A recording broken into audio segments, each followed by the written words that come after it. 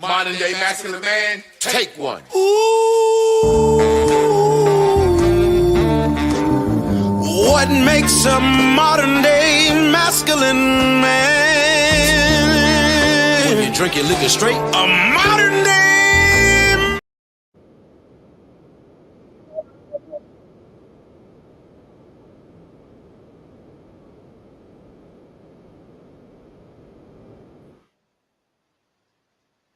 I wonder what's that extra noise. Let me redo myself. Modern day masculine man, take one.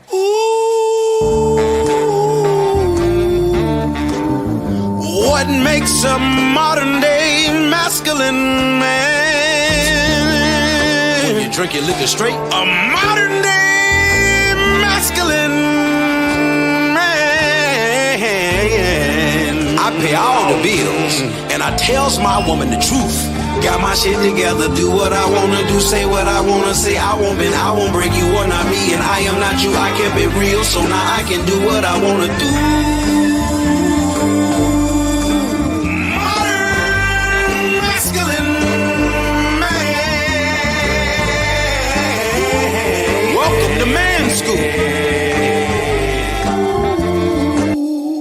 Welcome to the Modern Masculine Man Podcast, Mitch.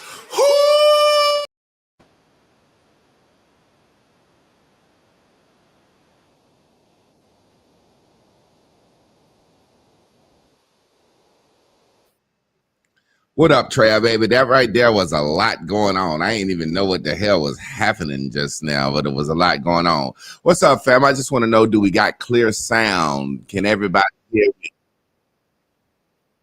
Everything clear on my end.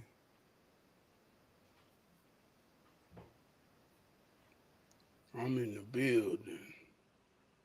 Yo, I hear you good. I'm here doubling.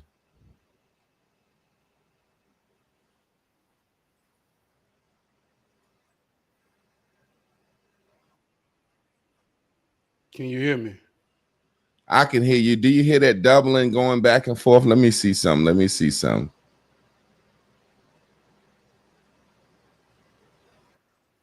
I can hear you. Can you hear me? Yeah, I can hear you.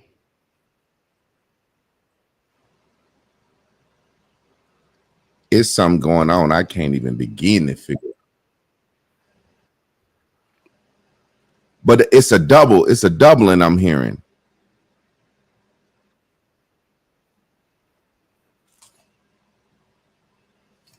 Yo, yo, yo. Can you hear it now? Yeah, I still can hear it. Can you hear it now? I'm hearing after myself. Where's some? Yeah.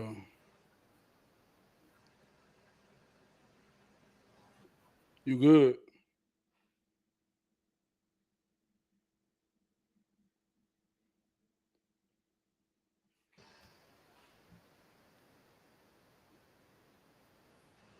I'm trying to see now.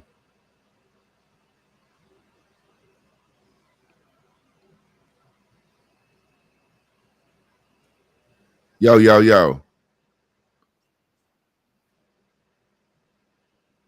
It's a delay. I'm gonna go out. Trav, let's go out and come back in and see what happened. Okay. All right.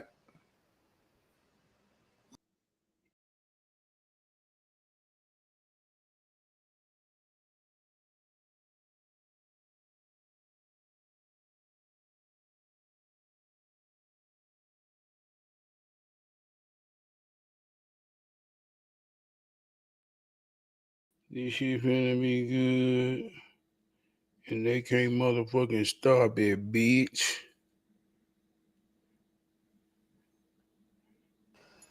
Can you hear me? Do you got a phone or something that is playing in the background? No. I'm on my laptop. Let me see. Let me see. Do you hear when I'm talking and when you talk? It's some. Do you got some set up? No, I ain't got none. I'm just on my laptop. This the way I was all the time. Hold up. Let's.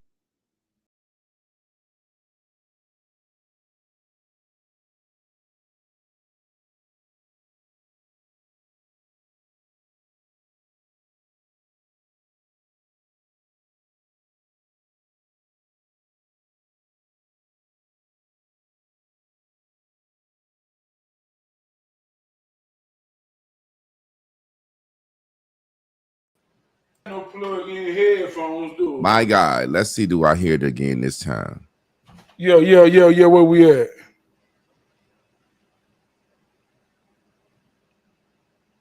I don't hear the delay, but I don't hear you now. You don't hear me It now? might have been the way you had your stuff set up. Yeah, you can't hear me now. I ain't changed nothing. Can you hear me? Now I hear you now, but it's a delay. Well, I'm let me log back out. Let me log out, and then I'll come back in. All right, log out, and then other than that, we'll start the stream over. Yeah, All I can hear you. It's a delay. I'm hearing something in the background.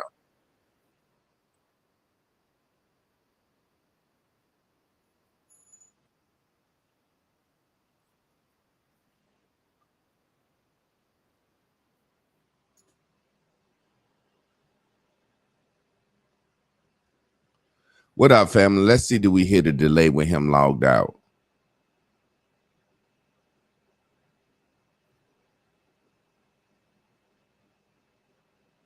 What's good, family? Can y'all hear?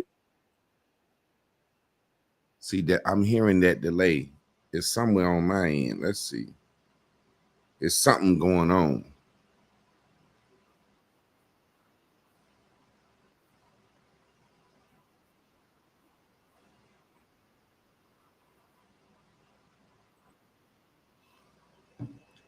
I'm gonna just start the stream over.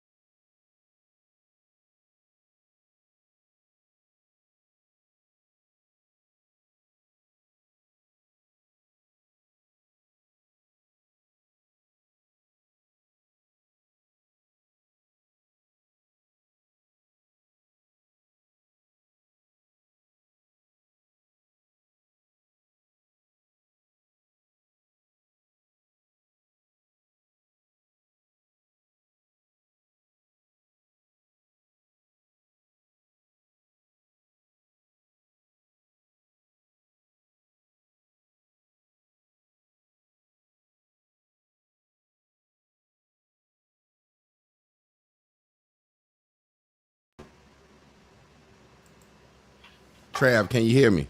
Yeah, I can hear you. Can you hear me? I can hear you. Let's see. Do we hear this delay? Yeah. Come on. I can hear myself 2 times. I don't hear you 2 times now. It was like when we was talking, I could hear the whole conversation late. I don't hear it doing that no more. Hey. Yeah, it's doing it on my voice, but I'm cool with it. Okay, hold on. What you saying? I'm not hearing the same delay I was hearing before. Okay, now I got a delay on my end. You got a delay on your end. Yeah, it's like an echo. It's like an echo. Let me see some real quick. Yeah. Let me see. Hello? All right, that might be it. Now let me see. Let me see. Do it come in over here now? Yeah. Testing. How you feel on your end? Are you good now? Yeah, I'm good. I think it's good on my end now. There it is. Yeah, because I ain't hearing no delay now. Yeah. Yeah, I don't know what that was, man. I'm all a call. good. Hey, look, that bitch. You know what I mean? But she can't stop nothing. Look, I'm gonna chalk it up to like the black church said. That's the devil in the system. Yeah. We here. trying to mess some up. That old evil Beelzebub. Yeah, something to bring. Beelzebub. Hey, look, we just had to be grounded a little bit because we finna bring that goddamn power. We had to get a ground going. You know what I mean? You know what I think it was? It didn't What? want me to hit my joint because I ain't want to hit it. Yeah. I had just was about to hit that jizzle, and as soon as I got ready to hit that jizzle, I heard the echo. I said, "What the hell going on?" Yeah, we right on time. So before we get started tonight, man, how your week been? How you feeling, man? Sometimes I'll be forgetting. I'll be so thinking about a show, be forgetting. We need to catch up with just rap for a sec. How your week, man? How you feeling? You in hero mode? You in hood soul mode? What's up with you? Man, I went to a wedding this past weekend, man, and so man, my man, I used to work with him and just been hero training him, man, and he got married, and I wasn't even in the wedding, but he wanted me to do the toast, Yeah. and Wow, that's everybody there awesome. looking at me like, who the Why? fuck is that? I ain't know nobody, so Yeah. best man looking like the best lady did her toast. And everybody looking at the best man, they were like, "This toast will be by Travis Pierce." So everybody looking at him like, "Well, who the fuck is that nigga?" You know what Yeah, I mean? exactly. The best man like, it was either me or Trav. He's saying whatever. So I go up there and did a speech, man, about how I got down. He done grown into a real man, and man, that shit was goddamn everything, man. So I had a restored faith on love, man. The black man, the black woman can commit to each other, man. And I've been riding that motherfucker, man. You know what I mean? Well, you know what's amazing to me? I got a saying, and my wife noticed. I love weddings, man. Weddings, you can eat as much as you want, drink as much as you want. You get to see two families come together. You get to see grandma and them walk out together. You get to see all the old couples, man. I just love weddings. It's something great about weddings. And I would always joke with my wife. I would be like, "How did you like the wedding?" And she was like, "The bride's dress was this." I said, "That's what you saw." Hey, but you know what though, man? I'm gonna be real. He had an open bar, man, and man, I ain't got that drunk in a long time, man. Like you say, hey man, like you say, I felt like I was in a movie, man. That day, man, like you say, that shit was real, man. I hope that become a trend. Goddamn, yeah, everybody get that dream with, get it up out of them. Yeah, that's what's up. That's what's up. That's what's up. I'm definitely gonna come to my little cousin wedding. So, man, before we get started, man, I want to talk about what made me choose the topic. I didn't even choose the topic. Miss Carla was like, she would like to see me and you have a conversation on fatherhood. You know what I'm saying? And I was like, oh well, you know what I'm saying? Because with me, man, I'm like this. I want to have these conversations, and I want them to be easy, and I want us to rap. If you have something you want to talk about, let me know. I don't want it to be hard, man. I don't want to have to be thinking of what's the people gonna like, and you know what I'm saying? You know how sometimes when you're doing something, you want to get your numbers up and you want to grow, and you know what I'm saying? I don't want to get caught up in the trends of what's going on, blah, blah, blah, blah, blah. So I just asked her, Miss Carla, what you think we should talk about? And she said fatherhood, present, absent, or unprepared. Either way, you're a father. Yeah. You know what I'm saying? Whether you're present, absent, or unprepared. Yeah. Either way, you're a father.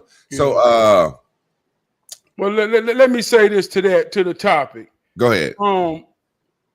I'm just hearing what we finna talk about.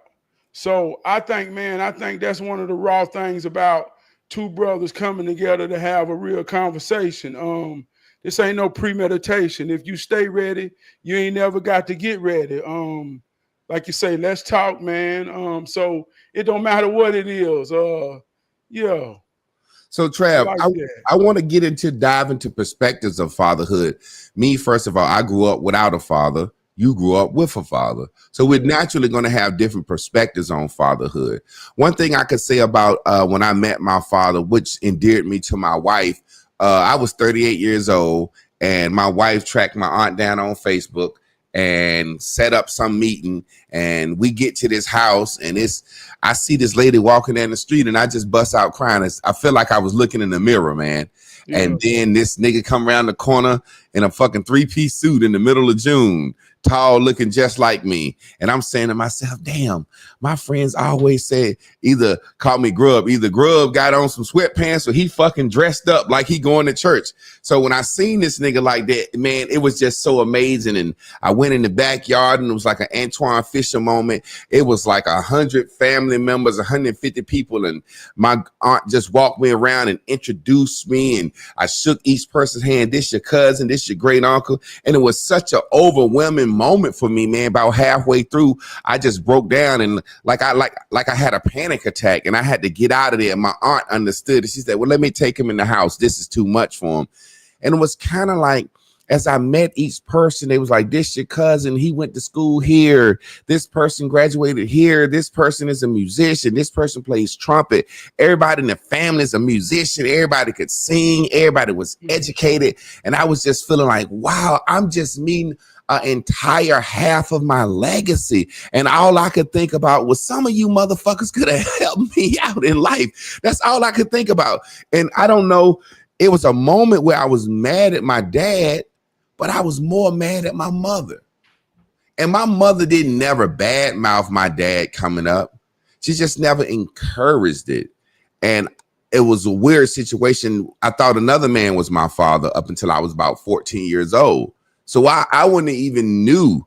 So long story short, I had two brothers that would come down to my hometown for homecoming at the church each year. And they've been looking at me every year like, yeah, we knew you was our brother, but our aunt told us it ain't our place to say nothing. And they kids holding this secret. And what I realized, he's got 5 other sons other than me. I'm saying all this to tell you my fatherhood situation. Then you tell yours, and then we'll talk about how we became fathers. And we're going to just delve into a conversation. And so it was like, I told my brother, I said, well, at least you had him growing up, man. You know, I always wanted to know where I got my swagger from, how I walk, how I talk, this and the other. And my brother was like, yeah, you think that, but he was so in and out of my life. I wish I wouldn't have knew him. And I never thought about that from a perspective of, I said, explain. He said, well, he would show up during the summer. You want to live with me? Stay with me a week. Drop me off. I don't see him 3 more years. Buy me school clothes and Christmas 1 year. I don't see him for another 5 years. And he was like, just the in and out was just gruesome on him. And I just felt like I would have rather had that in and out, just because I remember being a young man, and I'll say this, and a lot of men won't admit this, man, but I try to be as transparent as possible. I remember being a young man because I was tall and slim and dark with good hair. Any man on TV that seemed like he was tall, slim with good hair, any man in the neighborhood, I don't care whether he was a dope boy or a janitor, that man looked like he could be my daddy. I gravitated to him. And so when I talked to my brother, and my brother said, man, you really didn't want to know this nigga. You know what I'm saying? But as I sat there and got to know him, I was like, wow, we just alike. And I understood his side of the story. But it's not like we tight now. You know what I'm saying? I'll get into that later. Yeah. But how was your image of your father growing up? Like just as a child, and then as far as a man? Because I don't even have a childhood image of my father. Like, did you have a hero like my dad is stronger than everybody? You know what I'm saying? Or my dad, you know, get into that. Yeah, growing up, man, like you say, all I ever known my dad at day one, you know, he a very prideful man, and he was my hero, like you say, and everything that a son would look up to his father as. I believed in my daddy. I saw my daddy go through a lot, and I understood at a young age that my daddy wanted me to be better than him. So in a sense of dealing with whatever we dealt with in life, whether it was my parents going through an era where it was drugs or whatever, hard times, I always knew that my daddy wanted to be the best him. And I was always learning to say, I'm going to be better than my daddy. You know what I mean? So as a man, still to this day, I strive to make my daddy proud in a way to say, you know, I was raised to be this way. So I got a lot of respect for my daddy, man. The good, the bad, the ugly, and it's a lot of ugly in that in terms of emotional type things. You know, I say as fatherhood, when you got a father, this relationship get very tricky. You know, is things about this where say every man wants to raise his son to be better than him, but you got a man who been beat down in his ego his whole life, who always done felt like he ain't good enough. And then he get a son that he sees begin to go beyond his spectrum, and now it becomes an envy type thing. So it's like I raised them to be better than me, but I don't want to accept it because it make me feel like even more I ain't never been shit. So that relationship get real tricky, man. And it's a cycle that as a father today, and I would even hope my son take all the things with my intentions of trying to be the best I can be. But I would even hope that he would take my weaknesses and they become his strengths to push it further. You know what I mean? Let me ask you this. Do you think when what you're saying is tricky, do you think that can be broken with you and your son as far as is it really tricky, or is it just a man that has a hard time revealing his emotions to his son? Do you reveal your emotions to your son like that, where one day when you look at your son and you see your son better than you, which is what you're hoping for, do you think you and your son will be able to sit down and talk about that based on the way you're emotionally open to your son? Or is your dad not, or are you not emotional openly to your dad? Like, what's so tricky about it? I think me personally, I intentionally build the relationship for my son, or at least those are my intentions. Now, like you say, it's still a challenge. I still got to go through it to get to it. Ain't nobody above the bullshit. As a man in today's time who's in this game fighting the good fight to raise a family, our children ain't getting they getting hit with everything everybody else getting. So we got to stand strong in our principles to know we got to fight for these relationships. But at least I understand in a better way. I want to hear my son. I want my son to know, son, I believe in you. Son, there's no limit to what you can do. You see what I'm saying? Because did your dad not tell you all that? Did your dad not tell you all that? No. My daddy told me, hey, look, my daddy told me, you know, fuck college. All you gonna do is go play football and come back limping and get a job like a regular motherfucker.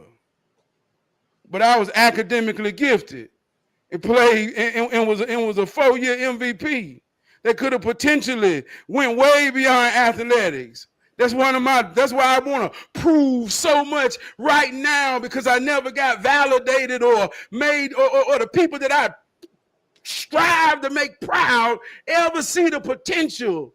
So as a father today, man, I want my son to know that more than he know anything. Your daddy believe in your son. So let me ask you this. That's a lot of pain in me that you feel right now. And I say that to say, let me say this. My daddy gave all he had and the best he could be. And at 46 years old finna be, I'm still trying to accept that. So let me ask you this, because this is going somewhere I didn't expect it to go, but I'm just going to talk to you how I feel, because I never would have expected this conversation to go like it went, for somebody to say my daddy was my all, he was this, he was my hero, blah, blah, blah, blah, blah, blah. And then to turn around and basically it sounded like your daddy was a little jealous of your academics and your football and just wanted you to be a factory worker. Like he didn't want you to pursue that part of your life. Like, how does someone be your all and blah, blah, blah? Like, I'm not trying to get you to discredit your father. No. See, but let me say this right here. See, that's what this is about. It's about understanding. Yeah, I'm trying to understand. We're talking real life shit. So it's the difference between being present, being absent, and being unknown. Some people can't fight this fight. Some people will tank out this motherfucking fight. See, I had a daddy that fought the fight. Yeah. All in the morning, we might fight the fight. Mm-hmm. Look, man, Or he might say something from a sincere place to where it's like he putting gunpowder in my mouth. And in his mind, this is why you're you, boy. I've been putting gunpowder in your mouth all your life. Why the fuck you think you bad the way you is, boy?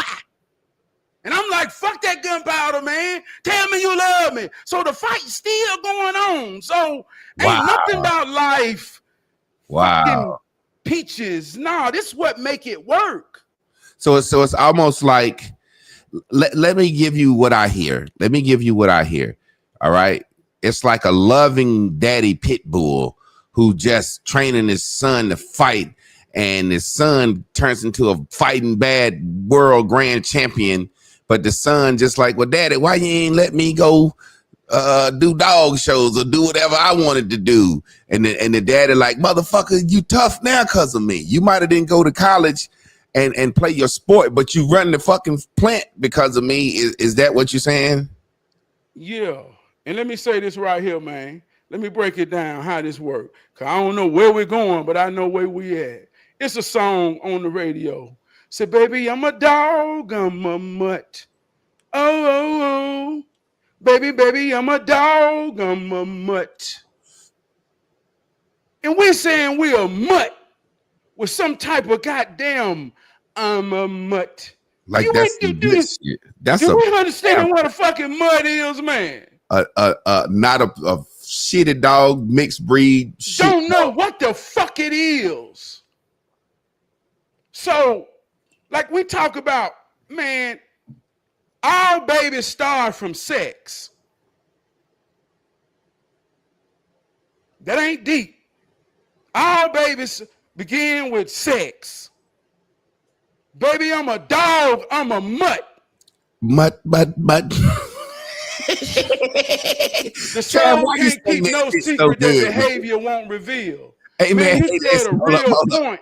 You said a real point about. Hold up.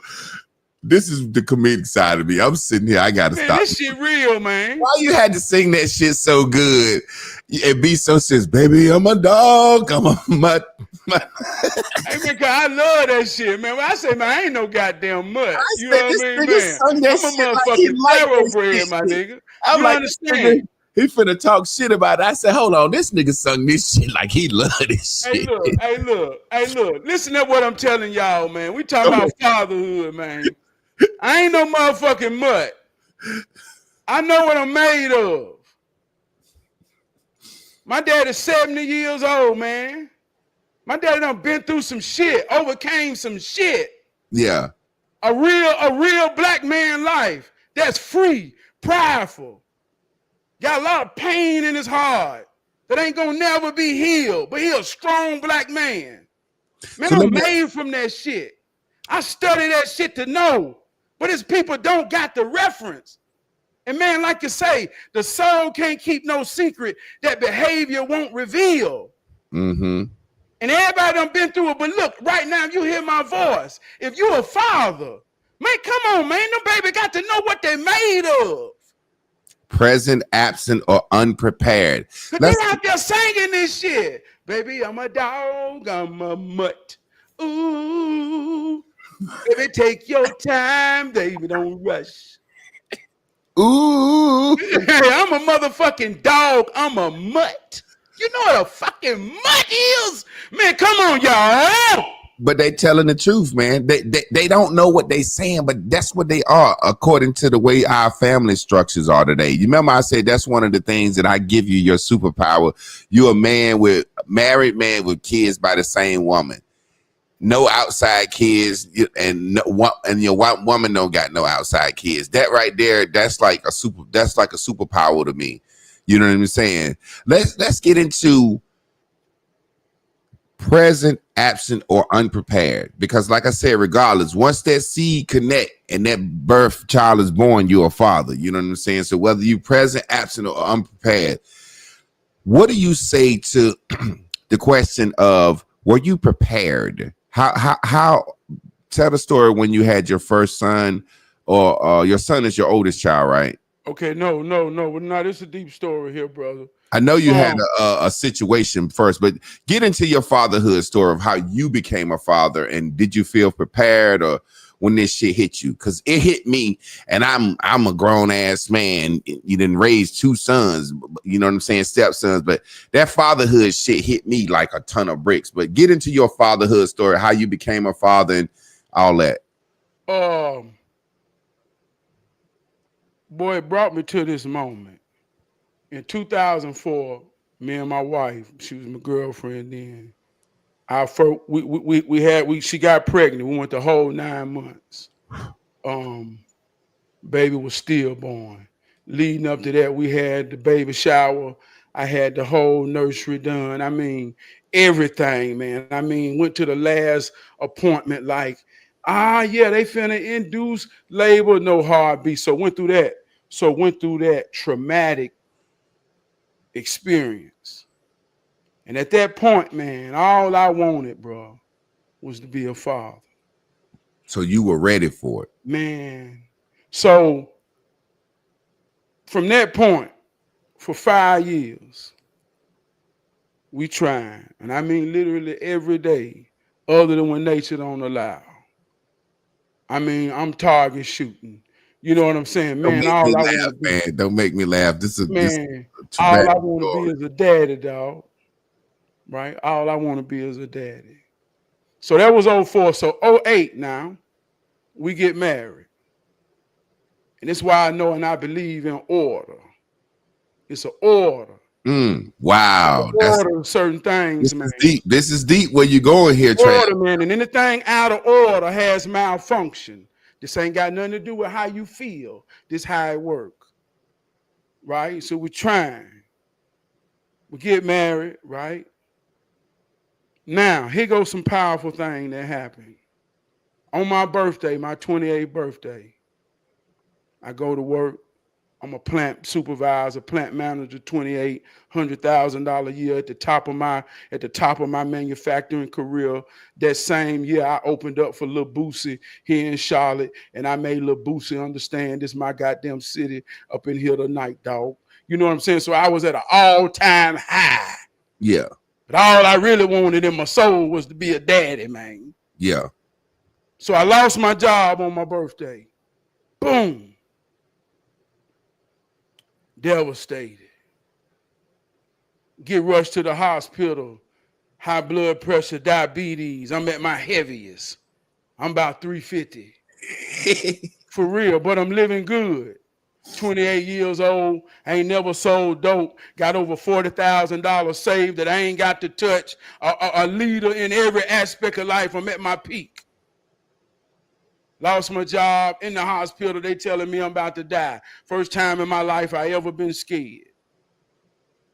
I lost 60 pounds in 3 months. I ain't eat no sugar. I ain't eat no fried food. All I drank was water, and I did 4 miles a day, me and my wife.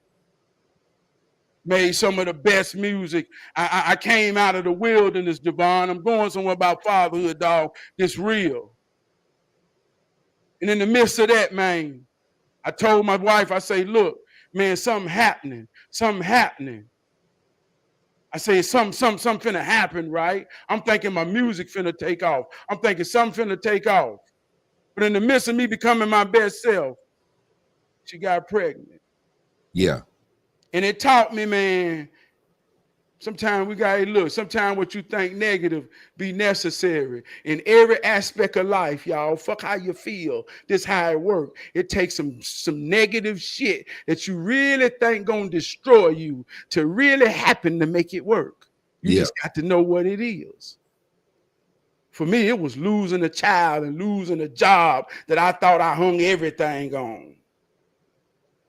Especially if not going to college and making 100 bands, man. So when my wife got everything pregnant, your dad wanted you to do. But listen, but when my wife got pregnant with my son, man, I understood the journey, man. I understood the journey. And I understood when I lost my first son. My aunt told me, she said, God don't make mistakes. I looked up in the sky and said, I done everything right. I can't buy that. And that was 20 years ago. I've been on a journey. I've been on a journey of understanding this God thing, this life thing, this mind thing, this relationship thing, this everything that it takes for a man to be upright and win in this here world. And it led me to this moment with you, brother. That's what fatherhood means to me. It's my everything and all thing. And before fatherhood, there's husbandhood. There's an order to this thing, man. And we got to stop being animals and thinking like rationalizing shit because, like I say, the soul can't keep no secret that behavior won't reveal. But in the order, man, come on, man. Yeah, at the end of the day, we all know when shit is not in order, you know, it can happen. You know, their births, like you and your wife were destined to be together and y'all destined to stay together. So y'all needed that order. But we do know babies are born out of order, but it be fucked up situations happening. Like you said, the fucking behavior gonna reveal what's going on. You know what I'm saying? Devon. Watch this though. Here go the whole point to that. See, like we say, ain't nobody above the bullshit. This ain't to compare. This ain't to say we all got bullshit we dealing with. Yeah. But at the end of the day, we got access to the children, whether in our home or somewhere, to restore the order. Yeah. What else the fuck? Look, like I say, I mean, we all got war wounds, but we at least got to show the babies the real war wounds. You understand what I'm saying? Yeah. And if we ain't talking about that, then maybe we just rationalizing. Hey, look, we rationalizing any goddamn thing.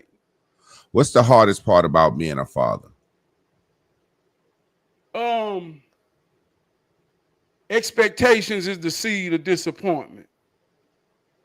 Trying to balance my emotions with expectation of my children and not make them feel the pressure of disappointing me, man, or not making them feel I'm disappointed. Man. Everything deep with you. I'm thinking, I'm right. I wanted you to say some shit like paying these damn bills. No, dog. We talking about some real shit, man, because that shit hard for me, man. And I give an example. And this is real life shit. Yeah. Just take sports. I can say I'm one of the best ever come out of my high school at my position, right? My son see videos and trophies. My son play football. Yeah, that's my son. I look, man, you ain't no mutt. Boy, you made from a bloodline that's raw and bite. Same thing we do with pit bull. Boy, this is what you made of. So, as a father who got to support him, when he out there more socially than he is with an ego, and he having fun, and who am I to put expectations on his peace, his happiness? He having the time of his life. So yeah, my ego, boy, that's hard being a father. You know, man. Let me say this on the other spectrum. Or my daughter, who vibrant, beautiful, young. I'm putting confidence in her. She getting hit with all the trends that's coming at my baby, and I got to block that shit and cut that shit in every aspect. My baby don't understand yet. Man, that's hard as a goddamn father. And them the type of things that make people lose their children forever. Yeah, because be a YN out this motherfucker and you don't know it. Yeah, it gets to the point where there's a level of having a parent and a level of understanding. It's like the zone of proximal development. In education, that's what you just explained. It's like if you got a child, and we'll use sports as an example because we all know that's mundane example. We all understand. If you got a kid that can shoot ball on a little kid goal real good, you say, yeah, if I keep him on this little kid goal, it ain't gonna help him. Let's move him up a little bit higher, but I can't move him up too high because if he miss and can't shoot it high enough too many times, he'll give up. So we got to have it just high enough that he can reach it, but really, really have to. You see what I'm saying? Yeah. So it's like If you set too much expectations, it'll make the kids give up, but you got to set enough expectations. So like with your son, I remember having stepsons on the field, and let's say, for example, of what you were saying with ego and pride, right? Having stepsons, they on the football field and they doing something great. And like, which one your son? I'm like, number 14 or whatever. And they come off the field, they just got a pick or did something great. And then they be like, Jay, I did good. And then the person look at me like, Jay, that ain't your motherfucking son, nigga. You proud of a nigga that ain't even your own son. You know what I'm saying? So I can understand that wanting to be proud of a kid, and in certain stances where you want him, in your ego, you want him to be more trying to dominate the game, and he just socially having fun, and he may be balling, but he ain't out there fucking fighting for his life like you would. You see what I'm saying, man? And when I stand in the mirror in that, I stand in the mirror in that, and I like I say, this the work we got to do as fathers, dog. Yeah. I'm telling you how it works. So when I stand in the mirror and examine that and comb through that, just like you said, I realized when I was out there on that field. I was out there for real with a real reason that was fueled by some real pain. Yeah, I had to prove some shit. You see what I'm saying? My son ain't got to prove shit. So how dare I put my expectations in him when that's the better version of me? That's just like I was watching this boxer, and his son wanted to box, and his daddy told him, I'll put you in it, but I don't think you're going to be good. And he was like, why? You don't believe in me? And his daddy was just like, boxers have to be hungry on a different level, and you just grew up with it.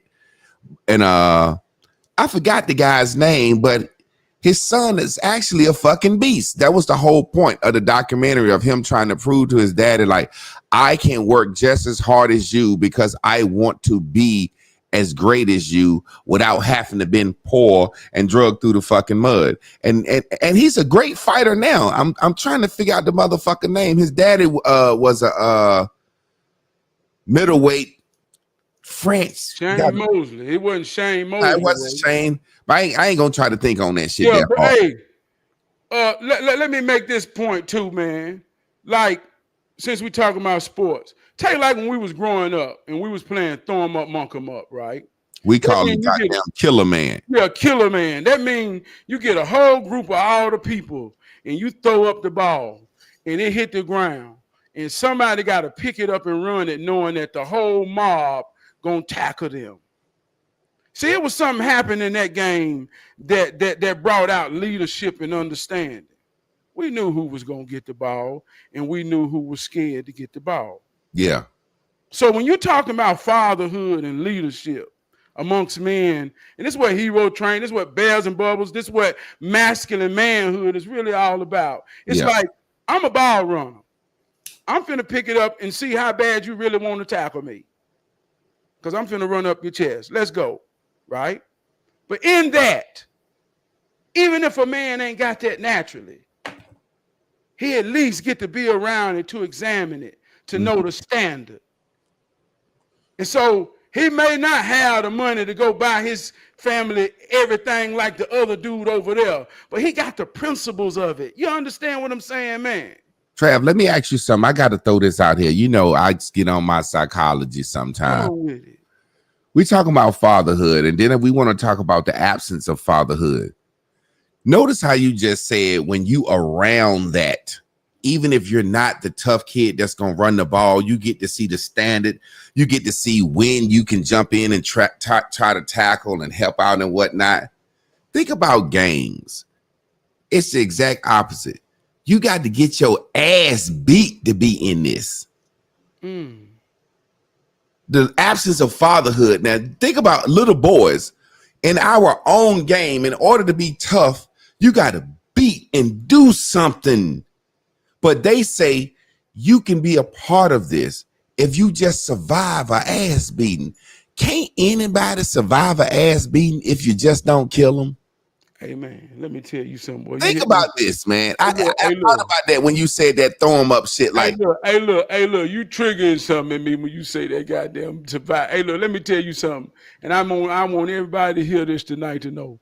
That's everything I talk from my soul to you to listening, to know that, man, you ain't never got to get your ass beat. You ain't never got, man, it ain't a damn thing other than your name and your soul that you got to be powerful. And anything that tell you different, they full of shit. I just want to say that on the fucking record. But yeah, I need you to go beat up Debo to be in my game. Yeah, man, fuck not let us beat your. If that's the case, we can go around the corner and get old Miss Gladys, stomp her out, and if she don't die, Miss Gladys is in the game. Hey, Javon, but let me get back on the point and say this, and I'm gonna get back to you. I always talk about where we come from, right? Our grandmamas had 9 and 12 kids, right? Yeah. I'm finna be 46 in July, so all our generation was a part. All our parents was a part of them 9 and 12 kids, right? Yeah. And grandma's baby went through some shit. They went through the drug era. They went through a whole lot of shit. And if she had about 2 or 3 of them got caught up in it. Down here in Charlotte in the South, 2 or 3 of them got a job at Southern Bell. One might have got a job at UPS, and you had all the standards of living coming to grandma's house together, right? The rich cousins, the no daddy cousins. You see what I'm saying, man? Boy, the way you be describing that shit is funny. Hey, look, but in grandma's house, in that essence, right? Out of all my cousins, I was the only one had a daddy present. Mm-hmm. So all my cousins came to spend the night over my house. All my cousins worked with me and my daddy in the summer. All my cousins, so it was like, ain't no excuse. Ain't no excuse now. Yeah. You see what I'm saying, man? Yeah.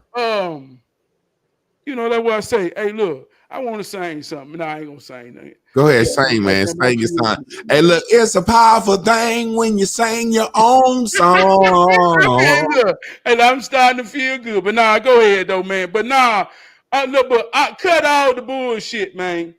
If we don't say nothing else, some men don't believe in themselves enough to even think that they will add value to a child's life. Yeah, and they justify that by staying out of it. And in that man's mind, he right than a motherfucker. That's how deep we is, dog. You know what, man? I've always said this, and a lot of brothers get mad at me. And I know the Bible said ain't no vitriol, ain't nothing like a woman scorn, but I just feel like if a man really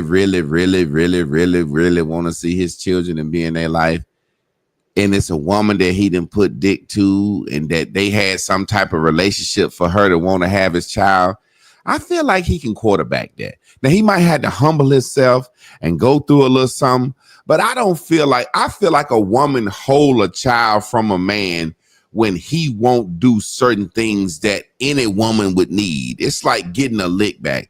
Okay, if you ain't gonna give me some fucking money, that's the first thing. You know what I'm saying?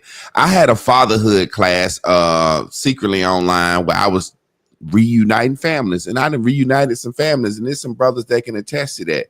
And I always told them brothers, look, the first thing you got to do is say, I'm sorry, because you weren't there.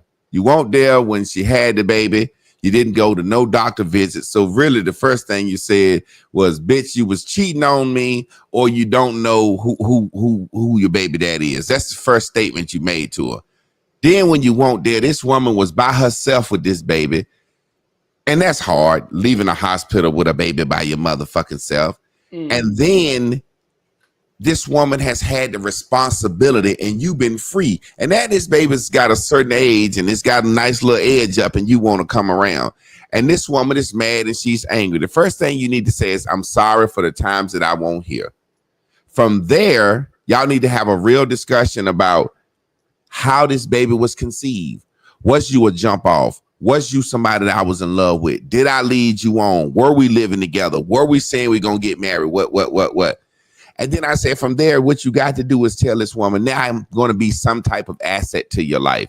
Because most women don't, the only thing women get mad about is when they can't do the extra, because women like to show off. So when it's birthday time, school clothes times, Christmas time, and Easter, if a woman can't provide those extras, that's when she started to realize, to think about her baby daddy.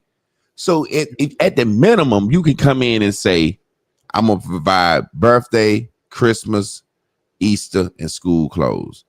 And out of 10 cases, this is real. I had a class of 10 guys. 7 of those women immediately said, okay, if you can commit to that, we can fucking talk about you being a daddy. Yeah.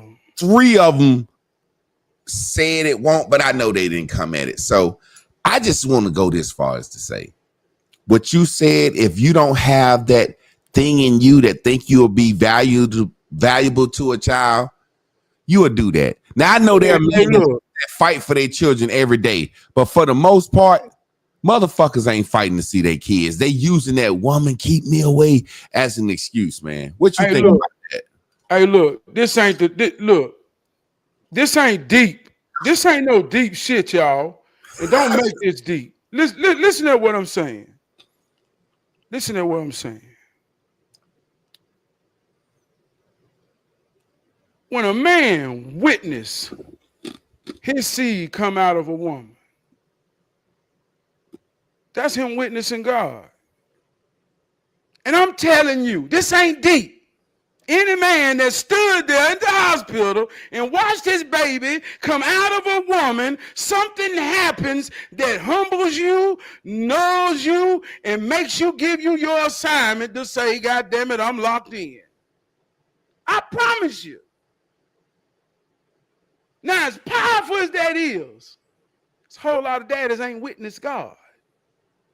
And I ain't talking about no shit we believe in, no goddamn fairy tales. And I'm gonna cuss to make it sound raw. I'm talking about real life shit. Real life shit. Think about the men who out here playing daddy that ain't never witnessed God to get the assignment. And babies made from goddamn sex. And there's 2 contexts of sex. When there's respect and there's honor. And I got a 15-year-old son that's 6'1" and goddamn handsome. And goddamn, I already know what time it is. But I got to let him understand, boy, you got a gun on you that's goddamn, hey, look, I'm the son of a gun. Ever since that motherfucker shot me, ain't nothing been able to stop me. And I'm ready, and I shot my gun. So he got to understand what the gun is. This ain't, hey, look, this ain't no deep ass shit. But Trav, somebody got to tell him. Let me ask you this though. This is where I'm gonna play devil's advocate. Somebody got to tell him though, Javon. I know, but like you said, you the son of a gun, and ever since you got shot out, can't nobody do that. Your daddy taught you about your gun. You was responsible with your gun. You got this though, Javon. Watch what this. About though, these Javon? motherfuckers out here just shoot that bust? Watch this, Javon. Stop right there. Watch this. Yeah. The truth is in the moment. The moment is now here. It ain't nowhere else but in the moment. Yeah. Who in the moment with me right now? You. Yeah. I ain't yeah. Stop you neither. And you hit that motherfucker without a manual. Yeah, goddamn, hey, look. That's why I say I'm playing devil's advocate for the motherfuckers on here, because you know I don't want to call out men in the moment here. Ain't nothing stop nobody who will. Yeah. We here. When I say playing devil's advocate as a teacher, I know sometime when shit get too strong for a motherfucker, my job is to say, hey, for the weak motherfuckers. I hate to say it like this, like, hey, for the weak motherfuckers, it's really, we understand your flaws, son, but this modern masculine man, goddamn it, hey, look, they gonna get tougher, they gonna get off, hey, look, goddamn, hey, look, what's the alternative? But you know what I love? This is the sweet alternative is this.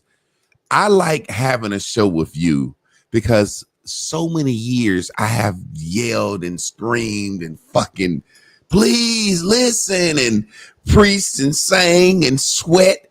I don't have the passion in me that you have. Well, let me say some I have passionate it. shit. I'm just throwing the passion pass to you, the alley-oop. Like, hey, Trav, knock all this shit home I've been saying. You can say it in such prophetic ways. I like how you say church. It's almost like the church of Trav. You say shit in ways that I like. People tell me I say shit in the ways that they like. You say shit in ways that I like. So well, can I say some real shit about Puff Daddy in a way? I get to be calm. Can I say some real shit about Puff Daddy in my way? Mm-hmm. Yeah. Yeah, and I want you to get your take on this, but so I saw they were saying that the narrative on the trial was that the male escort worked in Puffy's favor. And the favor was him saying that Cassidy paid him for the sex, and she was the one who told him to pee in her mouth. Yeah. And everybody said, yeah, he gonna get off because she told him to pee in the mouth. Yeah. And I'm like, God damn, ain't nobody saying shit about pee in the goddamn mouth. Right? Like, pee in the mouth. I said, what? I said, so everybody want to pee in the mouth when they get rich, right? Freaky motherfuckers, man. Listen to what I'm saying, though. See, there's order. Let's break it down, man. I'm talking about goddamn to its purest compound. See, the objective is to work the hole and make something come out. Yeah. That's the objective, ain't it? Yeah. I don't give a fuck what level you on. The objective is to work the hole to make something come out. So for regular motherfuckers like me and you. No, listen to what I'm saying. All right, I'm gonna rebuttal you when you finish. Well, I'm gonna say what I'm saying. Hey, look, boy, I love this right here. It's just like this right here. Hey, look, say the saying. Look, hold up. What am I saying? Hold up. Look, right here. I'm gonna hit that drum. Say that sound. Welcome to the JoJo. We about to kick it in the goddamn JoJo. How that shit go? Yeah. Okay. Well, here go what I'm saying.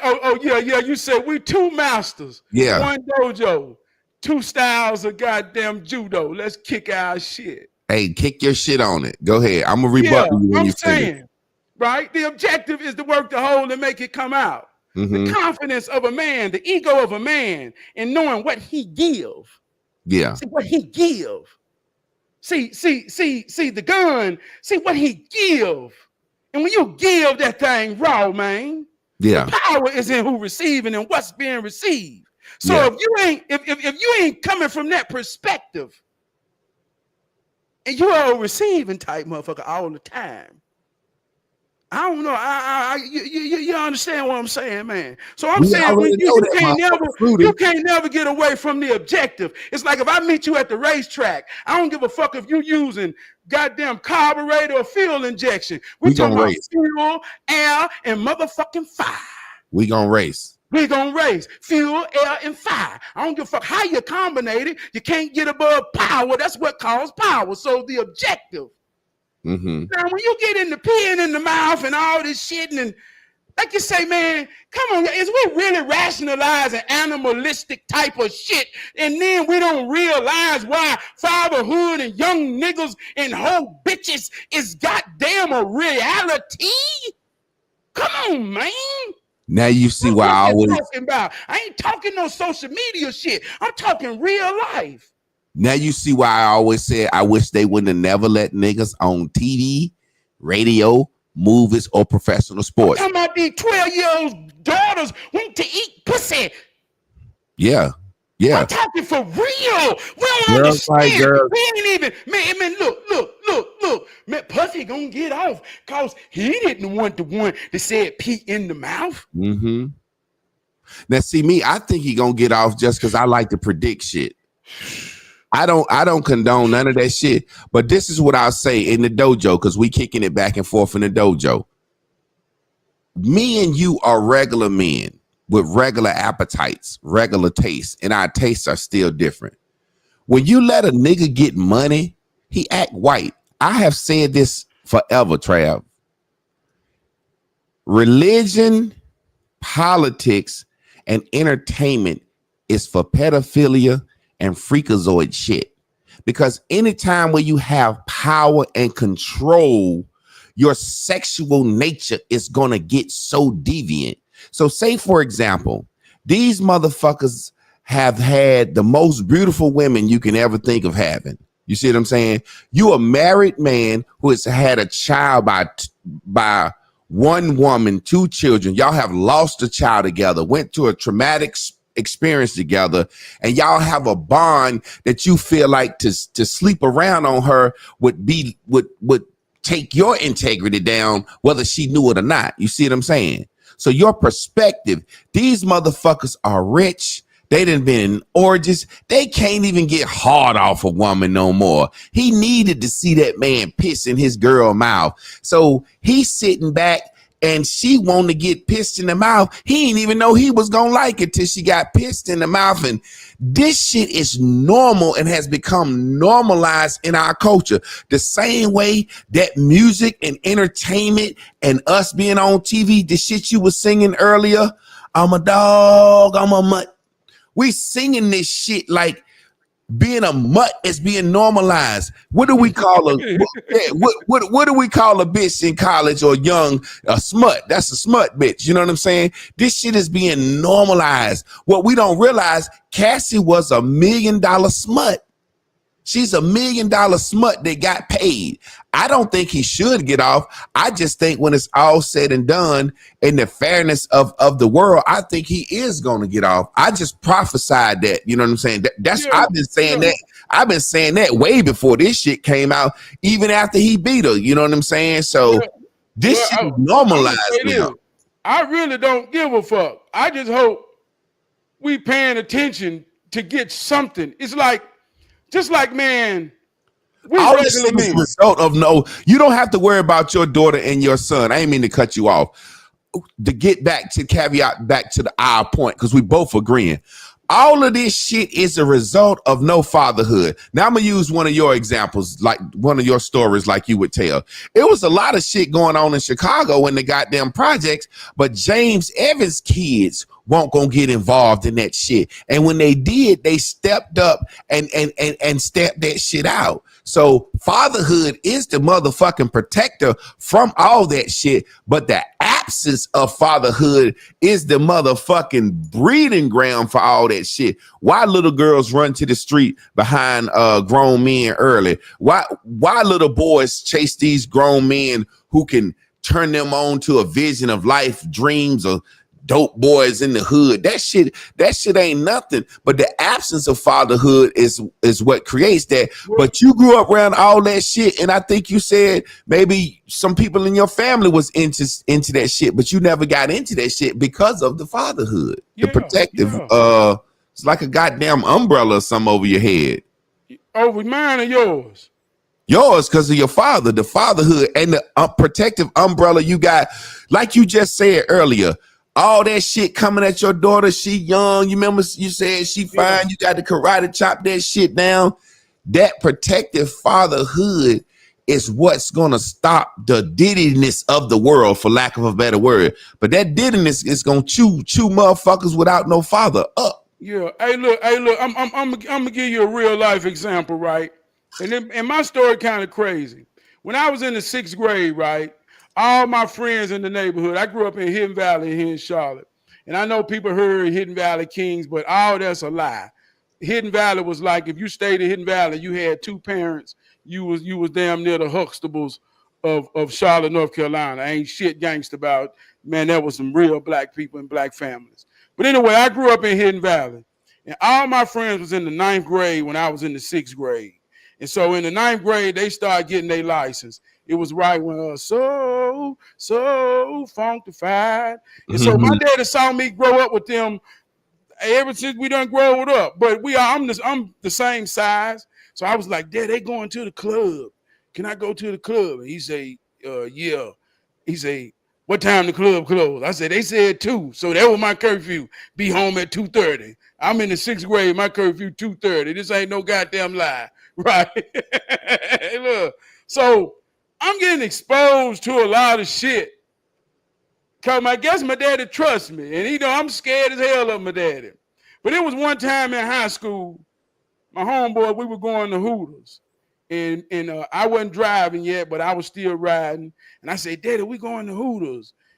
He said, you ain't goddamn going. I said, what you mean? You ain't motherfucking going. I'm like, why I can't go? Because I goddamn said so. Right? So I had to go tell him, man, I can't go, man. Yeah. And that shit fucked me up so bad that day, bro.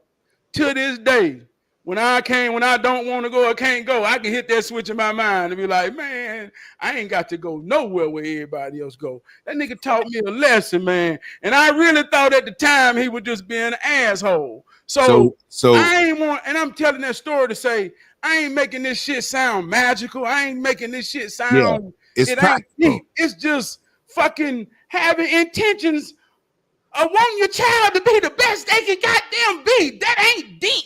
It ain't deep. It's kind of like with him saying, you figure if you let me stay out to 2:00 in the morning to go to the club, you're going to let me go to Hooters. This was one of them examples for whatever reason, whether it's the titties or just no motherfucker. To this day, it lets you know you ain't got to be a trendsetter follower. You can save your money and stack for your family. And if you ain't got to go to fucking Myrtle Beach every week, bike week or do the things that the world and the men like, whether it's sneakers or whether it's fucking hats or gold chains, you know what I'm saying? My mom used to always say you old enough for your wants not to hurt you. And I so understand that shit now, man. But when I was younger, I never understood how much that is. Your wants, you old enough for that shit not to hurt you. Now, when you was a little kid and you wanted that lollipop in the grocery store and your mama said no, you'll fall out, bust your head because you was too young. But now we old enough for our wants not to hurt us. Check this out too, though. You've been you since your birthday. You got to be real about who you is, cause we was children who wasn't rich, who couldn't get whatever they wanted, and we was I'm gonna speak for me. I don't know about you, but my daddy told me, he say, one thing I wasn't gonna never let you do was wear no goddamn Jeepers.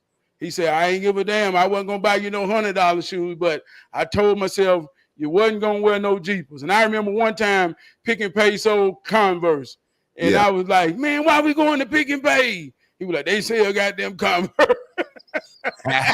We're gonna go put you in the jocks. I remember I had a shoe called Jocks. But I'm saying this to say, it was certain principles, man, that I had to learn to accept and respect. But that's what gave me character. That's what made me be in the 12th grade knowing that, man, all I needed was some decent shoes. I could go buy Kmart clothes and goddamn, hey, shit, man, name brand ain't never made me. But what was the alternative if my daddy wasn't gonna buy it? So that's what being a good father is, putting principle in a child, man. I was gonna say that because even with my sons, I think the biggest thing is having a father makes you have to figure out who you are for attention and shine. Like, cause with my boys, I used to always tell them, when you're not having the Jordans, I'm gonna take you to Ross. I'm gonna let you get as many pair of shoes in here as you want. And you're gonna figure out your own style. You're gonna play your sports. You're gonna be intelligent. You're gonna be in your music. You're gonna figure out what you are to be cool. We ain't finna dress you and turn you into fucking cool daddy. You know how sometimes kids can be given everything and they give them a personality. And it's like, boy, you really don't have a personality. You just got a video game and the kids come to your house. You got the 4-wheeler. Your mama and daddy give you this. We can wear your sneakers. You got clothes. And it's like, I was like, the biggest thing I seen about my friends that had fathers, whatever shine or respect or attention they got, it was some fucking authentic that they had to fucking work for. That's the biggest take I have from kids in my neighborhood that had fathers, and that's what I always wanted to instill in my boys. You gonna figure out how to be fucking cool. I ain't finna send you with school with the iPhone and the headphones and the sneakers and drop you off at school every day and get your lunch money so you can shop out the cafeteria, eat fish fillet and shit. I'm not finna do that. You're gonna have to figure out if either you're gonna be cool daddy or you're gonna be motherfucking unknown. Cause you're gonna have to figure that shit out. You know, man, like I say, man, like you say, me being raised with my daddy, you know, me knowing that my daddy was a daddy to those around me. You know what I mean? All my friends, my cousins, they still to this day, boy, think Charles is the coolest motherfucker on the north side of Nebraska. You know what I mean? Yeah. But like, boy, y'all can't imagine being that nigga's son, man. You know what I mean, man? Hey, look, that dude raw. But I say this to say, like you say, we all got access to children in one way or another, man. We all got access, man. Or it's always gonna be children paying attention to you. It's exactly. Like integrity, man. Who are you when no one is looking? And the whole trick to that is someone is always looking, dog. Exactly. Somebody always looking. And you know what's so funny, man? That's why when I met my wife and I knew I liked her and had worked with her a few times, I didn't even know she had kids. I knew I liked her. And when I saw she had kids, I said, I got a van and I'm taking 7 kids to football practice every day anyway. And all they mama trying to give me some pussy. I'm having to be like, no, give me some bread and bologna for when I got your boys with me. It's 7 of you. I got 7 kids with me. I pick them up in the morning. We go to the park. We train our little football stuff. They be with me all day. Then we go get some little hot dogs from the dollar store. You know what I'm saying? Some little juices. And we go to practice. I got these kids with me. I got 7 kids with me. I got 7 mothers that's flirting with me, trying to give me food at the football field. And I'm saying, hey, give me some gas money. Then I meet this woman and I like her. This is the woman I like. And she got 2 kids. I'm like, y'all get in the car too. Kids always around. You see how you explain that reality, right? Yeah, that's the reality of it. That's the reality of it. Now watch this right here, right? Sometimes you got to examine the slip before you examine the fall, right? But see, that's the slip right there. Yeah. You see all the slips, but you was careful in your steps, right? Mm-hmm. Now, when people ain't careful in their steps and they get caught up in the slips, see, now we all see on social media that beautiful woman who got a college education. She ain't shit, man, like, God damn, man, she damn near perfect. You done saw a baby come, the baby done graduated. You ain't never saw a daddy at the shit. You ain't never saw, but man, she got everything going for herself, almost to create an illusion to be like, I know ain't shit motherfucker done goddamn got her and just left her. Mm-hmm. Mm-hmm. But the soul can't keep no secret that behavior won't reveal. And we turning in, we objectifying sex only from a nature perspective with no morality, with no anything. And even going into a point you make, like you say, it's 2 million black women in America. 1 million black men. If they all pair it up, it's still gonna be 1 million women without one, and half of the men already fucked up and destroyed. So there's always a spiritual fight that a good man got to glow that's gonna attract all of these souls that need it, bro. This shit real life shit. But see, a powerful man can resist the things he desires to protect the ones he loves. That's why I say this ain't no bullshit when a man can stand up and say, man, I fight this fight for real now. And like you said, that last episode, you know what I mean? A married man that works every day can marginalize this bullshit. You see what I'm saying? But we got to understand this fight, and we got to realize that we know the slips. But the fowls fall all under the leaves and under the trees, and we kick them motherfuckers to the side and act like goddamn we don't know. It's funny because when we talk about fatherhood, when we talk about absent, present, or unprepared, I never wanted to, because of how growing up with a father, I didn't want to meet my father. I didn't want to be a father. How I viewed fatherhood, and I'm gonna be honest. Church had a lot to do with that. I didn't know my father growing up, and then when I went to church, they always used to be like, "God is our Father, our Father, our Father," and I used to always be like, "I don't know my father, and I don't be hearing nothing in my head from God." I mean, I'm just being honest. Of the word "father" never sat right with me. Just the idea of fatherhood, like this, God is our Father. Like, why is we so fucked up, God? Why is our circumstance? Have the voice appeared in it since you became a biological father? I think I hear it from myself. Well, let me say this to their understanding. You arrived. You took, like you say, the first journey was absent, but you arrived where you at now. That's what you supposed to hear. As a child, you were supposed to hear your daddy, but it came to a point in maturity where that voice became yours. So you ain't have that voice, but now you got it. I think the cool thing about it is when I got to a certain age, I started longing to be a father.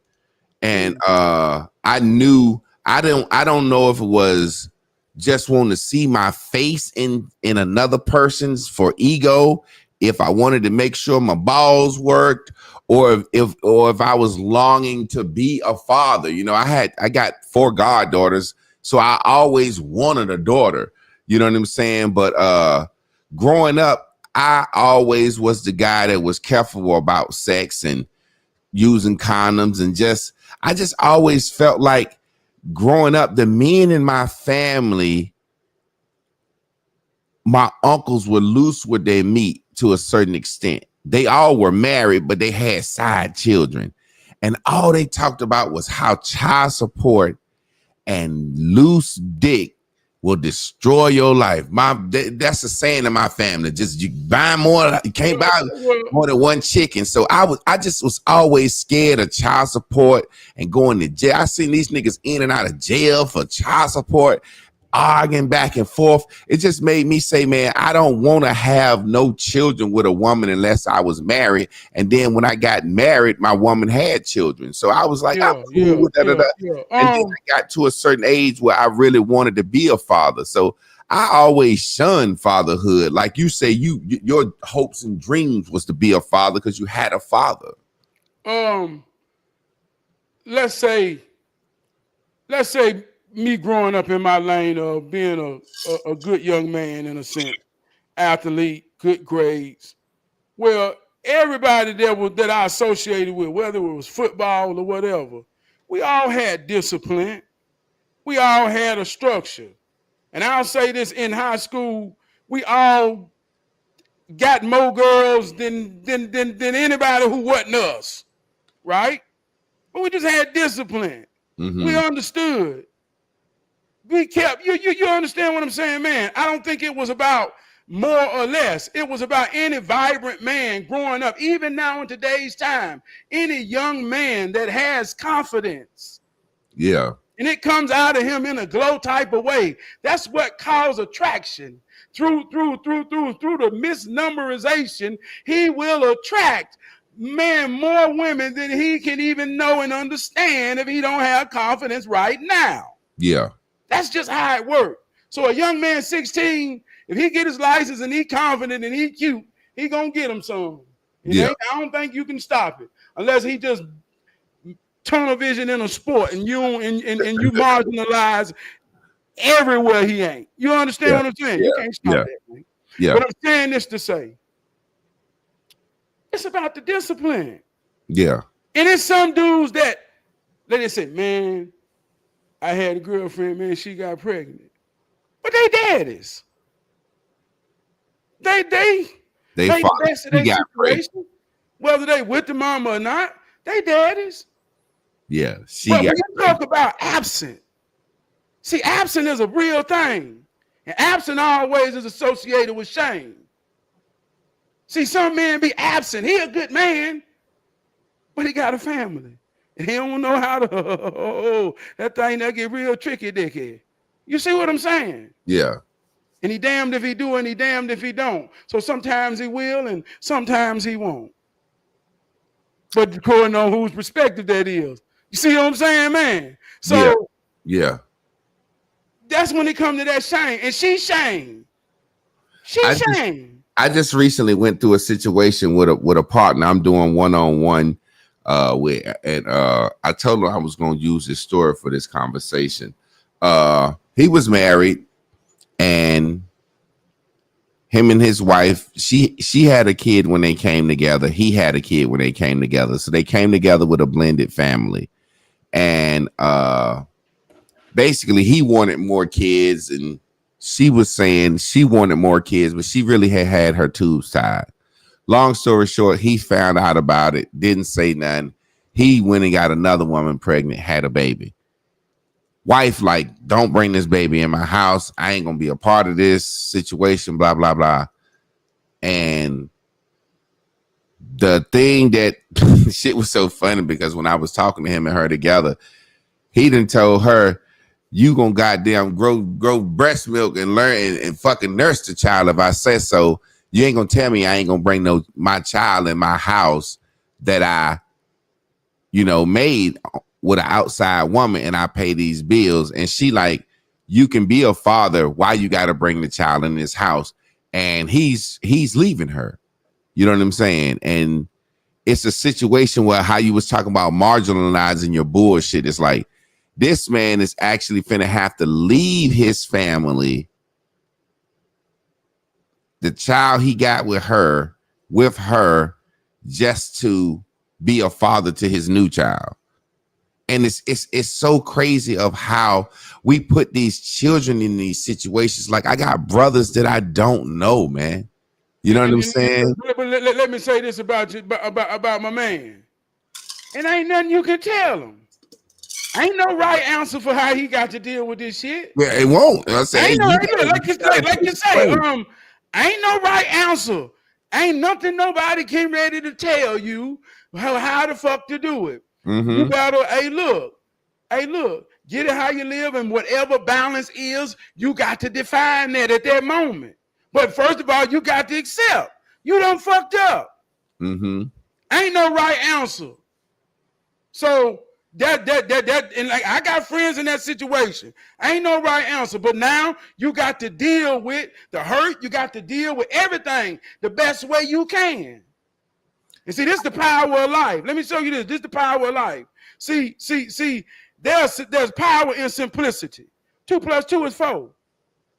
3 + 3 is 6. As long as we keep it simple, we ain't got to think. We can react. We can our instinct kick in. But when you start multiplying and dividing and goddamn siding and goddamn low siding, what's 3 divided by 2 times 3 over there with 10 minus 9? Motherfucker, you got to think, and I'm going to whoop your ass while you thinking. So when somebody make that equation fucked up, man, I look, I don't know how to do that crazy ass goddamn math. Ain't nothing you can tell a man. Yeah. He bought it on his own. Strong. Yeah, I just think it's such an amazing dynamic, because I grew up in a household. I have it was 6 of us, but 4 different daddies, and just seeing the situations that it create, the envy that it create amongst children at certain situations where my brother's father, he would always take me everywhere he went with them. And they would be like, they young men, they little kids, I dare to take you with us. Or if he take them school clothes shopping when he came around, he would buy my school clothes. So they saw it as them getting less shit because he buying my shit. It made me feel happy, but also envious of being picked on by them. You know what I'm saying? So it creates a lot of crazy shit amongst the kids and the siblings when you get older and you're trying to have a family and break all of that bullshit and dysfunction up. You still have these feelings of, Motherfucker, you used to torment me about your daddy helping me out. Motherfucker, you 12 years older than me. Hey, look, Javon, I'm gonna be real with you. Just like you always say. What's your what you say about your height and shit? 6'6". Hey, look. At what age was you taller than your brothers? About 13. You see what I'm saying, man? So, from a child's mind, bro, it could have been that. You know what I mean, man? Them niggas short to this day, too. Yeah, at the end of the day, we all children that done got old. Yeah. Probably, you get what I'm saying, though? Yeah. In most people's mind, it don't be deep. It be like, nigga, that's what you been mad at me about all your goddamn life. That's why you were talking shit about my daddy, man. Yeah, one time you told me. I got a quick daddy story. It's a story, but it could be a joke. Let me know if I can use this as a joke, but it's a real true story. I remember me and my homeboy Jeff was sitting on the front porch. His mama and my mama was best friends, and we was sitting on the porch, and we was just talking shit as little boys do, about 4, 5 years old. And all of a sudden, Jeff said, "My daddy can beat your daddy." I said, "No, your daddy can't beat my daddy. My daddy kick your daddy's ass." He said, "My daddy can beat Batman." I said, "My daddy can beat Superman." He said, "My daddy can beat the Incredible Hulk." I said, "My daddy can beat God." He got so goddamn mad because he couldn't think of nothing. He done reached over and hit me upside the head with a pink champagne bottle. Yeah. I started crying. They come out there, ask us what the hell going on. I can't tell a story because I'm just over crying. I'm waiting to see him get his ass beat. He said his daddy could beat God and I couldn't think of nobody, so I hit him. They bust out laughing and said, "Boy, ain't that one of y'all met y'all damn daddy before." Yeah. That's a true story, man. No, but you know what though, man? That's powerful within itself, because when there is nothing in real life, we all as humans go to our imagination. Yeah. We all go to our imagination. And I got a song where I say, if you really want to see it, all you got to do is close your eyes. Yeah. And it's like, what do it look like? What do you like you say, God, your daddy, what do it look like? And I'm gonna speak for myself. It looked like me done lost all the weight and done got a little tall, and goddamn in every posture where I get built and turned into this Superman. Boy, I look like I'm goddamn. Hey, look, I'm doing this shit on camera. I look like I'm goddamn almighty in my mind. And I'm telling you some real life shit. I don't know what the fuck y'all see. Boy, listen, when I tell you that should be funny when you do that shit right there, that need to be part of your gear, because when you do it, I said, this nigga look like and sound like he a little boy, 5 years old, and he just in his head, I can beat everybody and I can climb that nigga. So I be feeling like I look, because remember I had asked you, we was talking about working out and shit. You was like, yeah, that's one of my weaknesses, but in my mind. Hey, look, let me tell you a real life story. When I was in high school, right, I had to play JV a year, and I played tailback. And the coach told me, he said, well, on varsity, to be a running back, you got to run a 4-second 40. And I think at the time I was 260. I was 260 pounds, right? And I say, man, well, I'm going to just play defensive tackle. But then they say, no, man, I'm a running back. So I say, well, I'm going to run a 4-second 40. So we had the fastest dude in the state. His name was Amar Blakeney. He ran the 100. And I studied and watched him. And I closed my eyes and imagined I was like him, right? And I told him, I said, hey, Scoot, his name's Scoot. I said, man, when I do my 40, race me, man. And I got them. My cousin told me how to come out the goddamn blocks like a track star. And man, I'm talking about, man, I ain't even practiced it. I just kept imagining myself. And dog, I did that shit, and I imagined I was motherfucking Scoop, and I ran a 4.8, goddamn it. I said, goddamn it, give me my motherfucking 43 jersey. I'm finna run this goddamn rock. And the coach couldn't say shit. So as a child, when I say that shit, dog, at my heaviest, In my mind, I'm for real, goddamn. I'm for real. I ain't lying. I'm gonna tell you what I'm about to tell you. That's some real life shit. And I'm gonna be honest with you. That's what hero training is about. Yeah. Letting you understand we all got that power.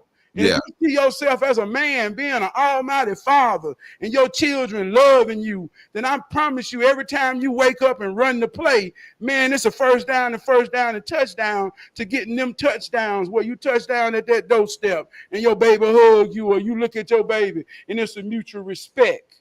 Yeah. Man, come on, dog. I don't give a fuck if it's 4th and goddamn 30. We going for that motherfucking shit. You already needle and threaded. Well, Trab, I'm about to have to get ready out of here, but I got something I want to show the people, man. Come on. I ain't even opened it yet. I said I'm gonna wait to online. My guy Trab, he wrote a book. It's called Hero Training.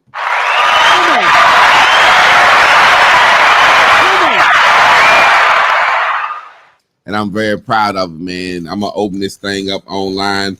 I'm proud of you because I grew up reading a lot and I love to read, but to write a book has always been something that I felt like, man, that's like some white people shit, or it's like such a big feat to me for somebody to write a book. You know what I'm saying? And people would always tell me I should write a book, I should write a book, or I should write a book. But when I see a book with no pictures and all these pages and you got to read and, you know, coming out of grad school, I don't want to write no more. And it's like, but when I see this man's book, Hero Training, and you see is right behind him, Hero Training on this banner, it inspires me to say, hey, man, I'm going to write my book. I ordered it. I was going to order the online copy where I could just listen to it or whatever. Then I said, man, let me get the real shit. You know what I'm saying? Let me support the brother in a different way. Let me get the real shit. And it's not even support. It's just buying some shit. He's buying some shit to read. I think the guy's interested. I'm going to read his book. You know what I'm saying? I'm going to critique it. I'm going to let him know. I'm probably going to order me another copy so I can get it signed. You know what I'm saying? Get him to write me a long ass message in it. Cause I believe when he blow, he going to pull me along with him. And when I blow, I'm going to pull him along with me. So, if we can share shit in the name of hate, share this in the name of love. Hero Training. Congratulations, my nigga. And let me say this, there ain't no book just to say I wrote a book. Man, that's a reflection of my soul. And I think one page at a time, man, can break something up in everybody's mind, man, to get us back to understanding, man, that we all got a power that's inside of each and every last one of us. And if we just give it to each other, because we ain't got nothing else to do with it, we'll understand. We all we got. We all we need. And I'm already liking the format because I'm seeing some pictures and I'm seeing some bullet points. And I like this type of reading, man. Sometimes it looks like it's more instructional, informational guidance, where I'm going to get some out of it, some practical knowledge, as opposed to just a fictionary tale about, hey, this is what's my life. You know what I'm saying? So I'm liking how it look already. I like the illustration. It don't feel like it's going to be a long, hard read. So I'm very interested to see how you put together a curriculum, because that's what I'm seeing just from the bullet points and looking at the back. It's a curriculum. So before we get out of here, Hero Training, foundational principles. What is Hero Training? Go ahead and hit them with it real quick. Hero Training is attitude, morale, and behavior, discipline, and commitment. It's about waking up every day and running the play. We all wake up every day and go through the same thing. We got to go stand in that mirror. We got to brush our teeth. We got to do something to freshen start the day. That's where the day started, in that mirror, man. Looking in your own eyes, man, and feeding it what's real. Ever since my children been able to stand and speak to them own self, I tell them I'm strong, I'm smart, I'm beautiful, I'm loved. Feed yourself the words that will fuel your imagination and create the picture. And the more and more you understand how every role that you operate in work, then you will be there and be dependable to be a hero and a shero for all that's divine for you and in your path. And I think it's an everyday commitment for the rest of our lives to truly stand in our posture, to know that We all we got. We all we need.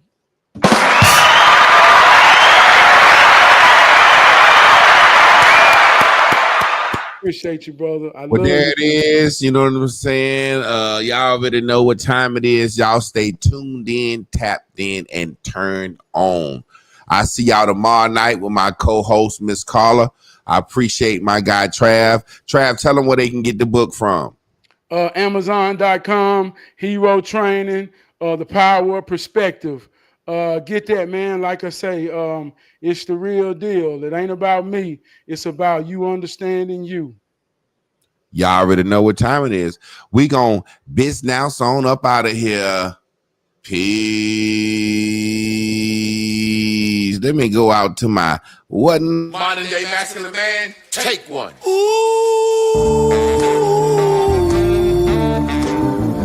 What makes a modern day masculine man?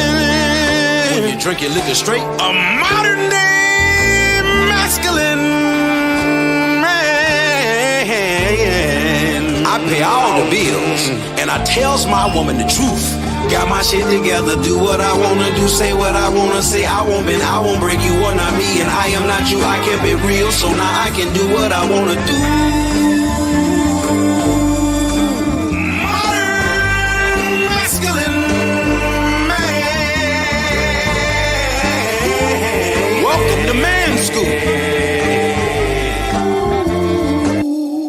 Welcome to the Modern Masculine Man Podcast, Mitch. Woo!